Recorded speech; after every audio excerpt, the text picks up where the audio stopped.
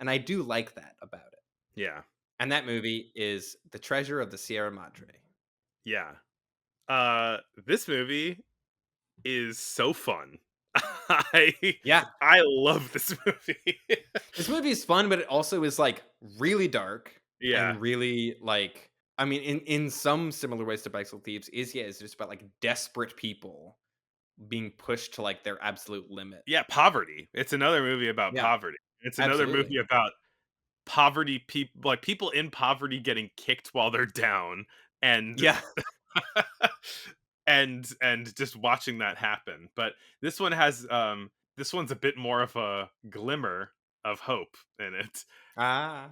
This is a movie, and yes, this is basically, the Humphrey Bogart goes crazy, the movie. Yeah, Uh, Humphrey Bogart, decides to become a prospector and go out into the desert with 2 other dudes to find gold, and it goes badly. yeah, that's basically the best summary that you could give it, right? Yeah, it is sort of like I guess it has a somewhat similar kind of episodic structure. It's not really episodic the same way that Bicycle Thieves is.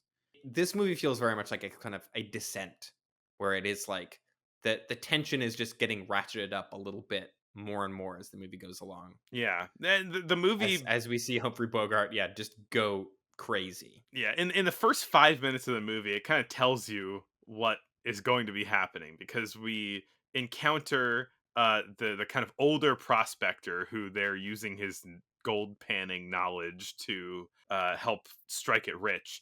They're all at their lowest in, like, a what do you call those places that Charlie Chaplin was staying in all the time? The A place with a bunch of beds for really cheap. A hostel? An old-timey hostel, I guess. Yeah. He's talking about how just being around gold and being around all of the wealth and the potential of wealth leads people to insanity and Yeah. murderousness. And then Gold changes a man's soul, he and says. and then the two of them just go, "Sounds like a good idea. Let's do that." Right, they're like right, they're like, "Oh, yeah, it never works out, but it might work for us." And, ladies and gentlemen, it does not. No. Well, it because right, there's 3 lead characters, right? There's Humphrey Bogart as Dobbs, Mhm. There's there's Tim Curtain. Holt as Curtin, Uh-huh. and Walter Houston, who As his one of the most iconic prospectors that ever right. was. I mean, the original prospector character, like, he is like, picture prospector in your head from voice to mannerisms, and that is his character. I would say the only thing missing is that his beard is should be a little longer, but, Maybe but he doesn't have a big gold tooth, I guess.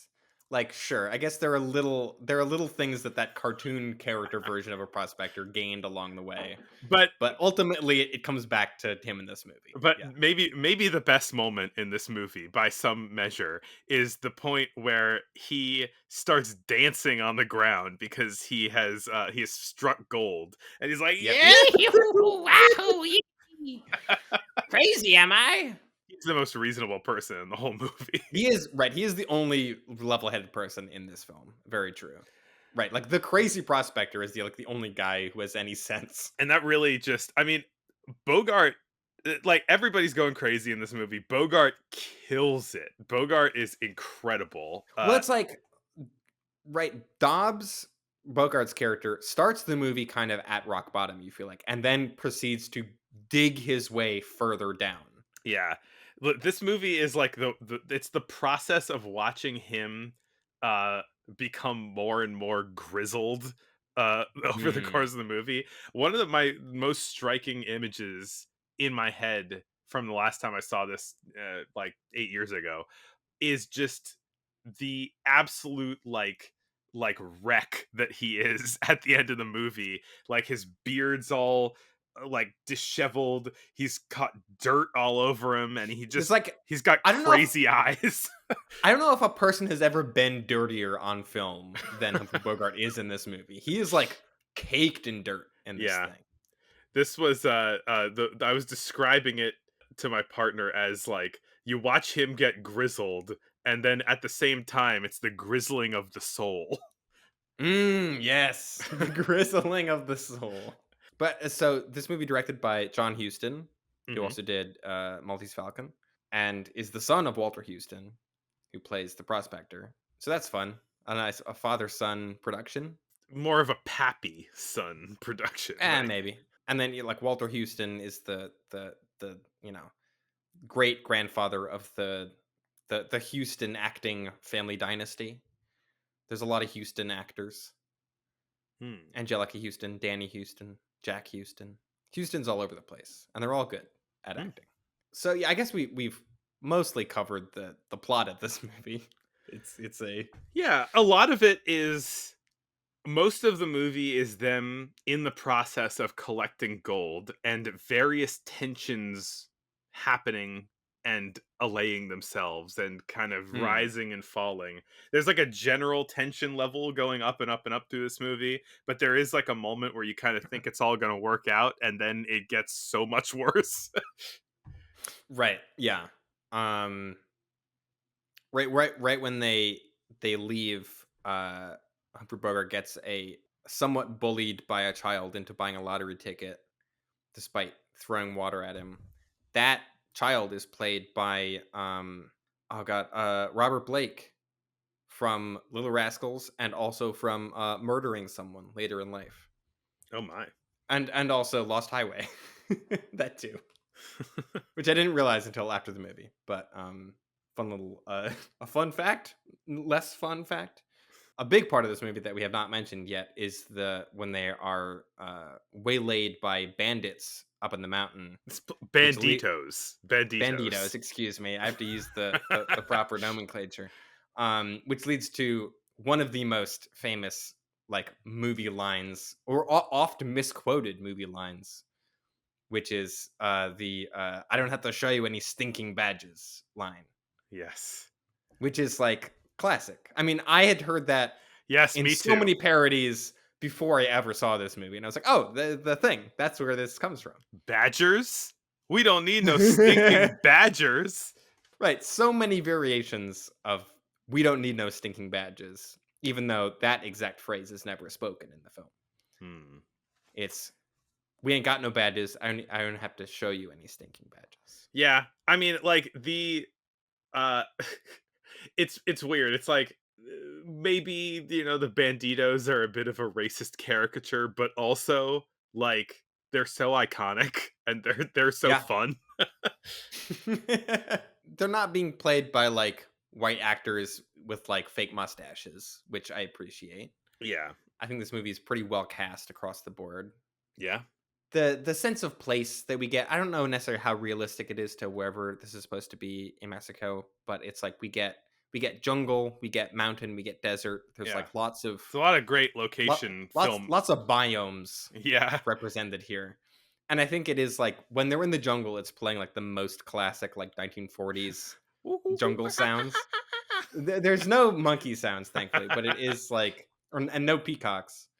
But it feels like I think there are jungle sounds in this movie that are directly might be the exact same sound effects used in the beginning of Raiders of the Lost Ark. I'm not sure, but this movie was, as far as I know, a somewhat of an influence on Raiders.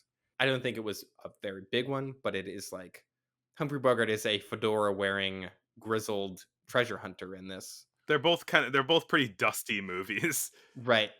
Humphrey Bogart is certainly a much crazier, morally dubious person than Indiana Jones ever is. Yeah. But I think Spielberg had some quote where he was talking about when Lawrence Kasdan wrote the script for Raiders, he was sort of like adding in a lot of like 1940s movie influence, and he was sort of like pushing Indiana Jones a little bit more towards the Humphrey Bogart character from this, of like he's a little bit sketchier than he was in the initial kind of conception. Hmm. This movie also kind of reminded me, especially toward the end of it, of Greed, the von Stroheim Yeah. movie. Yeah. Well, especially like once it gets down to Humphrey Bogart is like, you know, pushed everyone else away from him, and he's like trying to keep all the gold for himself, and he's like alone in the desert, just like delirious and insane. it did feel very, very Greed-esque. And it like a movie that may have influenced this one, I'm not sure.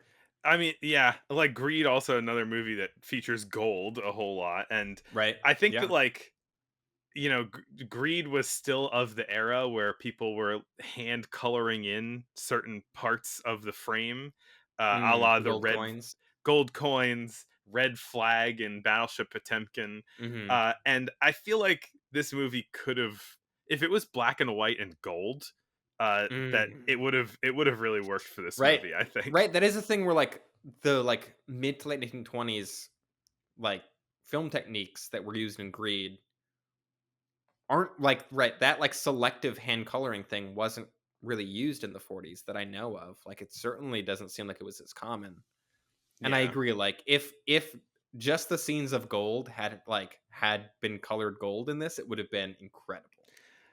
maybe I'll make my own version. You made your own version of Greed. I'll make my own version of this.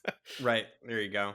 Apparently, Paul Thomas Anderson watched this movie, like, every day or, like, once a week while shooting There Will Be Blood, which is kind of interesting, I guess.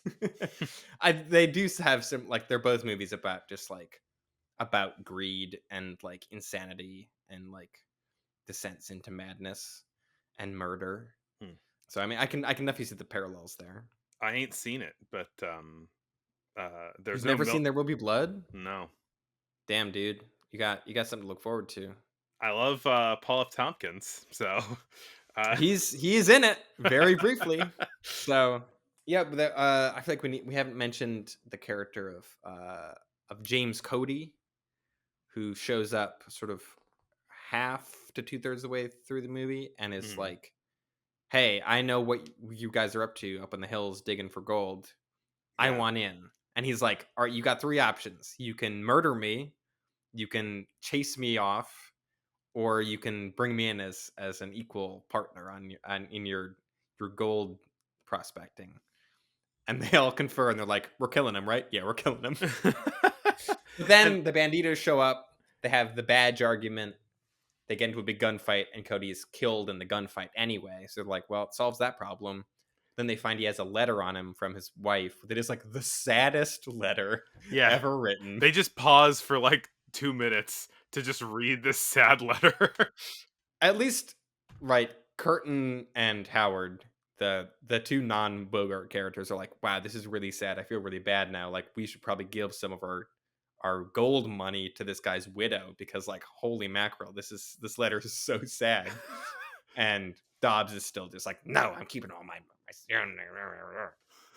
At that point, he's pretty far gone. Yeah, there's a lot He of starts to get paranoid like pretty early in the movie, that's the but thing. it's It's sort of like like a background paranoia. it, and paranoia, I feel like really is like the word here. Maybe Yeah. less than insanity is um there the movie just kind of spends a lot of time exploring the dynamics that happen Mm. when you have a lot of money around people who you initially trust, but then that stops, you know, that trust gets broken down by the height of the situation.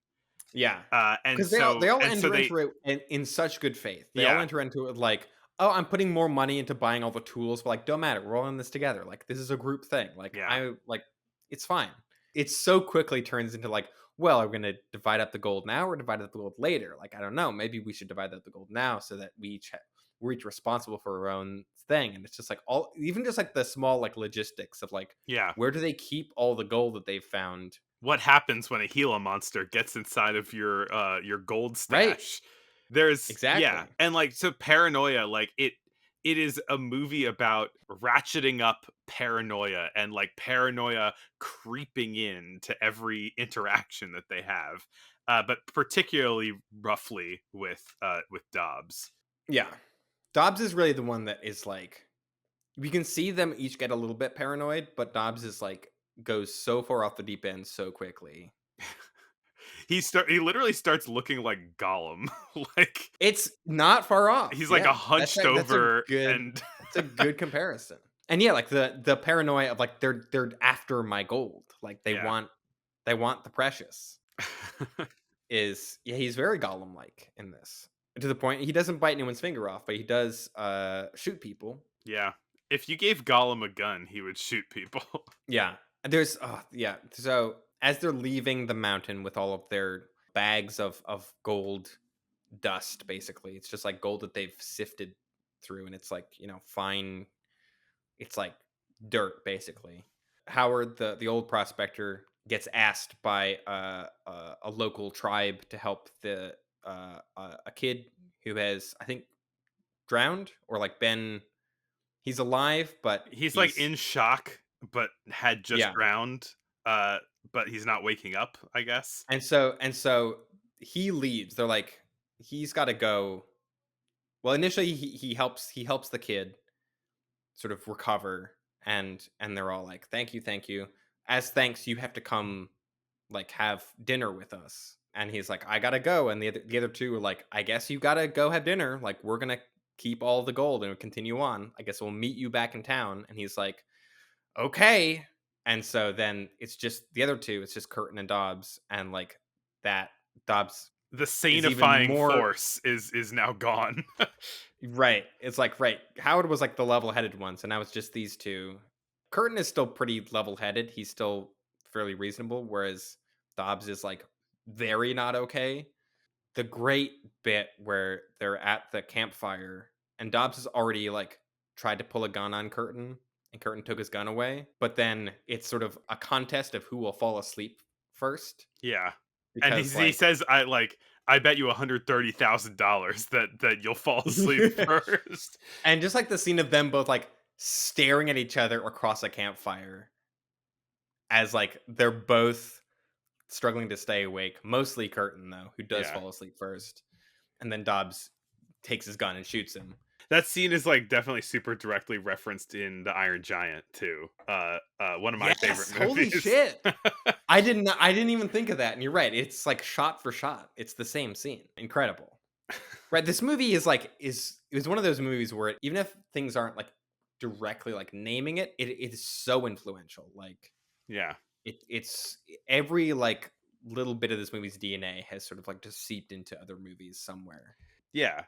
You were talking about the moment where the it all kind of goes down. I think what you were saying was there's a part where Dobbs lies down on the ground after he shot Curtin, Mm, and he's next to the fire, and the flames kind of fill up the frame and consume him, yeah. which is a little heavy-handed, but it's fun, you know. Yeah, the flames of madness consuming him, yeah.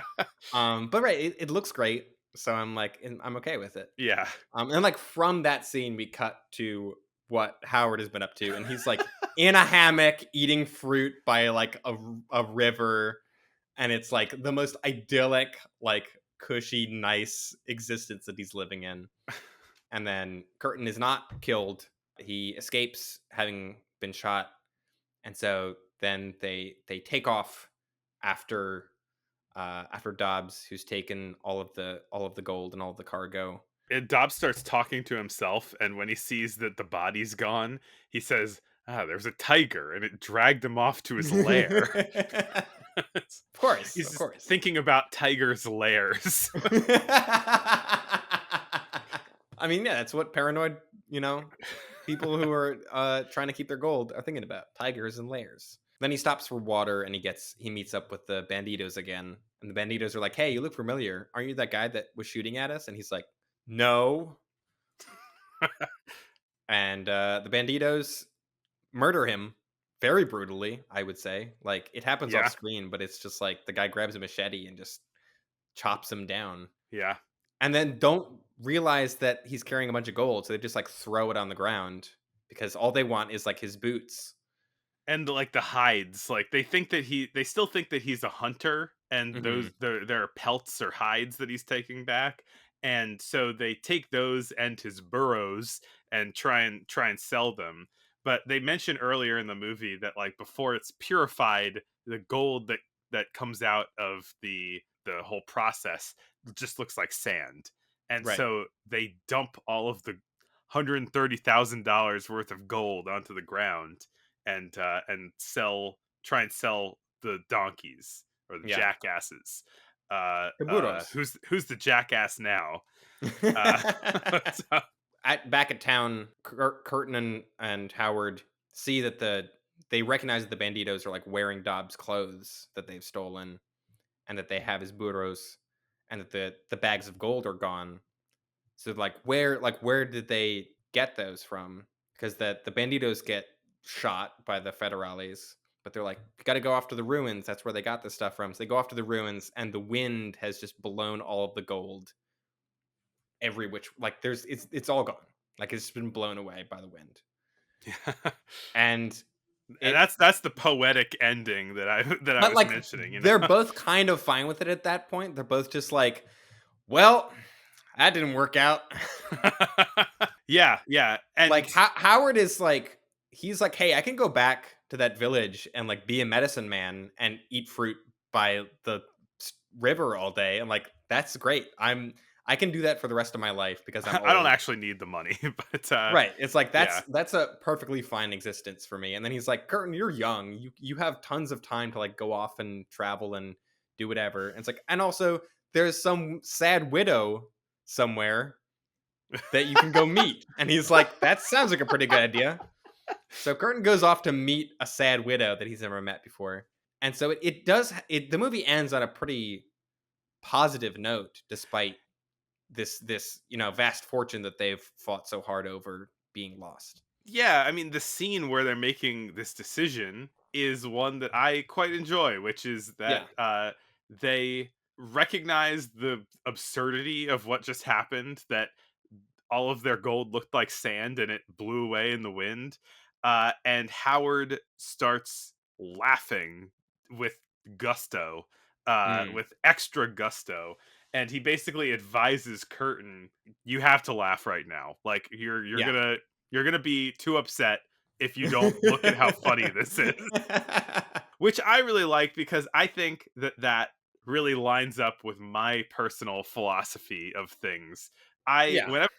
whenever I have a day where bad things are happening over and over and over again, I start enjoying it after a while because it's like it's going to be a good story later. It's kind of ridiculous that like bad things are Mm, stacking on top of each other. You got to just laugh. You got to just you can control your experience of a scenario. If you spent 10 months hard laboring for gold and then it blows away mm. in the wind, Yeah, I mean, you hope that you can laugh about it.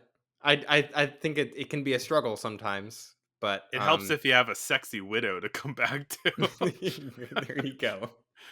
I do like the sort of how much this movie is kind of trying to show you the realities of what mining for gold is too. Like it's not they don't just like take pickaxes and like hit a rock and then like big chunks of gold fall out. It's very There's a much lot of about like process in the this movie. slow the slow painstaking process of panning for gold, finding out where gold veins are, and it's like and it doesn't look like anything when you find it. It is just this like fine dirt sand that if you know what you're looking for, you can find, but is like not doesn't look like anything glamorous in the moment.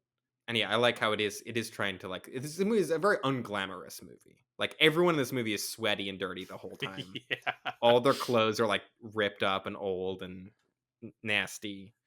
I do like how everyone looks like they're stinky. They haven't taken a shower in years. Yeah, but there is, like, a little bit of when they're out there in the mountain and there's, like they're all sleeping in a tent and they're, like, waking up, making coffee. I'm like, camping is fun." I don't How know. about some I beans? I You want think some I beans? Better have some yeah, they're beans. Time to eating play a beans harmonica. they're eating beans in every scene, and it did kind of remind me of, like, my favorite part of, like Blazing Saddles. no, I guess that too.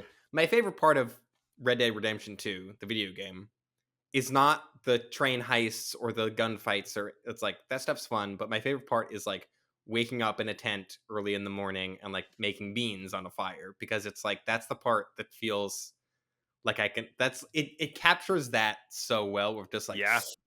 all right, it's like early in the morning, there's a nice like low fog, like you can almost feel the dew on the grass. Damn, I want to go camping so much right now. Go camping and then don't get bit by a Gila monster. I've never been camping in the desert, which I'm sure would be a very different experience from camping up a forested mountain. Yeah. Or we're from a pretty nice camping region. Yes, very much so. We're very spoiled in terms of camping landscape. Also, Gila monster, one of the only animals that has monster in the name. One of only two, I think, venomous lizards. Although I think the science on that's a little is you know, there. There was some article that was like positing that there's way more venomous lizards than just those two. But I don't know how in agreement the scientific community is on lizard venom at the moment. I did find out this movie did make me do a little. I was like, I want to read up on Gila monsters because they're great. I did not realize that Ozempic is made from Gila monster venom. That's crazy. What? Yes. Like directly, or it's like in the vein of it and it's like There's synthesized? like some enzyme in Gila monster venom that like Oh my led to that god. being made. Wow. I don't know any of the science behind it or like how that happened or any of it, but I know that there is at least some direct lineage. So that's fun. Has nothing to do That's with this movie, but yeah. But yes, I mean, even though this movie is about like the darkness of the human soul and about people being mean to each other, there's something that just feels like a fun romp to it. It's like an adventure. it is kind of an It's adventure movie. There are yeah. gunfights. There's like just like great character dynamics. There's like lots of moments of levity. It does feel like a real journey. So yeah, and I think another movie slash movies that I was reminded of that came later are Wages of Fear and Sorcerer. I think Sorcerer especially feels influenced by this. Mhm. Isn't Sorcerer a remake of Wages of Fear? Kind of. I mean, it's like the same plot setup, but like all the characters are different, and Hmm. the setting is different. I haven't actually seen either of them. We'll They're get both to. really good. Like they're kind of the same movie, but they're also so different from each other that it's like they're both really worth watching. Hmm. And those are both just I guess like just really tense kind of descents into they're not less paranoid than this is, I think, overall. But also are just kind of like desperate men kind of like thrown into this situation somewhere and I mean, I think in both it's Central America. So Hmm. but Wages of Fear is more of a desert movie and Sorcerer is more of a jungle movie. So We got a little of both. yeah. The biomes. Love biomes. Do not seek the treasure. I mean, this is also like real classic like treasure hunt movie where they don't get the treasure, which I think is like The treasure was I in us all along. I don't know if that's really what this Not movie is really saying, in this. Yeah. but no, not so much. But I do think that that plot of like seeking the treasure and then the treasure is lost is like Yeah. this is kind of the the the poster child of that kind of movie. This is The like thrill is in the hunt, mm, and it's mm. not about the destination. But it's also like the way that it falls apart too. That it's like Yeah. they could have if they'd all got along, they could have just made off with $30,000 Yeah, I and mean, I it think would and everything would have been fine. this movie and like stories like that you're talking about, it has a suspicious perspective on greed, and I think that that kind of, narrative wrap up, that poetic justice, it is like it's meant to be this sort of cosmic justice for the sin of greed, right? Yeah. Yeah, I think that checks out in terms of it is a karmic thing because the only character who dies is Dobbs, who is like by far the most paranoid and greedy of all of them. He's the only one that is like actively taking steps against the other two in order to like get more money for himself. Because he's like so afraid that they're going to betray him that he betrays both of them. Yeah. Classic scenario. Right. Also, Humphrey Bogart, I feel like, is really, really good in this movie. Like, I Yeah. feel like most of the movies that we've watched with him so far, he has played very kind of like very like high status, kind of like slick detective types. He's like Yeah. Someone even in who's got a Casablanca, quip. he's not a detective, but he's in a tuxedo. He's like, hey, Yeah. what are you talking about? He's like he's very confident. He's very like people respect him. In this, he's kind of just like a ratty dude. which I think works with his face better. Like, not to say anything about his face, I guess, but like I mean, it works well. Like, I think he looks great in a tux, and he also looks great covered in dirt. we should all hope to be that way. I guess this is The two sides of man. it's almost like surprising that he can play like glamorous characters as well as he does, considering he has such a like character actory face. Right. And this is a much more character actory role for him. Yeah. It's a Um, character actory role that I think is given enough like emotional depth that it is like a awards baity role if it were around today, you know. It would be like maybe Leonardo DiCaprio transformed himself in order to be right, the crazy guy in right. Treasure of Sierra He's Madre. unrecognizable in this movie, which I don't think that has ever once been true. Like anytime someone says an actor is unrecognizable, I'm like, they look like themselves. I don't know, like just because they have like a fake nose doesn't mean they look that different. That's something I'm a Look at little you, bit Bradley suspicious Cooper. of. Right. And it's like, all right, like he's got big eyebrows in this one. It's like that he still looks like Bradley Cooper. You got anything else on Treasure of Sierra Madre? Only that I'm pretty sure is my favorite of the movies that we watched for this Yeah, episode. if we're gonna talk about favorites, it's also my favorite. This movie rips. Oh, okay. Yeah. I mean,